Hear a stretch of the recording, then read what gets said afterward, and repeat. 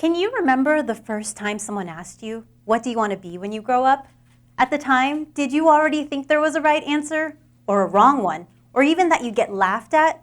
Is it possible this affected what you chose to pursue? The aim of my research is to better understand how these perceptions formed, particularly for Filipino Americans.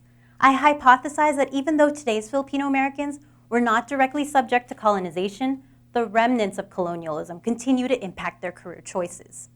Scholars have already connected colonial-era initiatives to Filipinos choosing careers for immigration purposes. A Filipino historian once said that the Philippines spent 300 years in the convent and 50 years in Hollywood.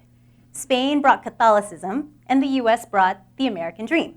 Sort of. In 1898, the Philippines was transferred to the US at the end of the Spanish-American War, until Philippine independence was recognized on July 4th, 1946. July 4th is not a coincidence, by the way. During those 50-ish years, the Americans built hospitals, nurse training programs, and English-speaking schools. Filipino students were sent to the US to learn American traditions and continue them back in the Philippines. These initiatives, along with selective immigration policies, helped the US to cultivate a pipeline of English-speaking and American-trained individuals to be a labor force for needed industries such as nursing.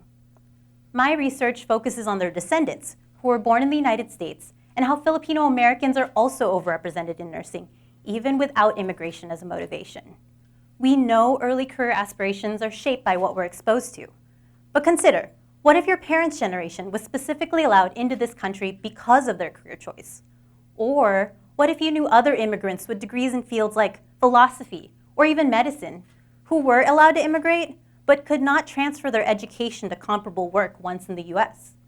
Your decision becomes affected by not just your immediate social context, but potentially the wider conditions forming these early messages around the viability of certain careers. In the case of Filipino Americans, colonialism has had an impact on Philippine education, economy, and society for several generations. I found that Filipino Americans share a sentiment of wanting to pay back their parents for all the sacrifices they made, and I know many of you can relate. The way to do that is to pursue higher education. But I question whether that can end this cycle of thinking only certain careers are viable options. My research is unique in looking at how colonialism has impacted Filipino Americans' career outcomes, but it may also have implications for how we study and support the descendants of all colonized peoples.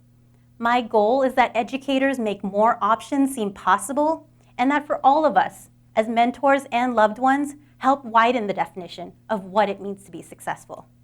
So, let me end by asking you all, how do you want the next generation to feel when they are asked, what do you want to be when you grow up?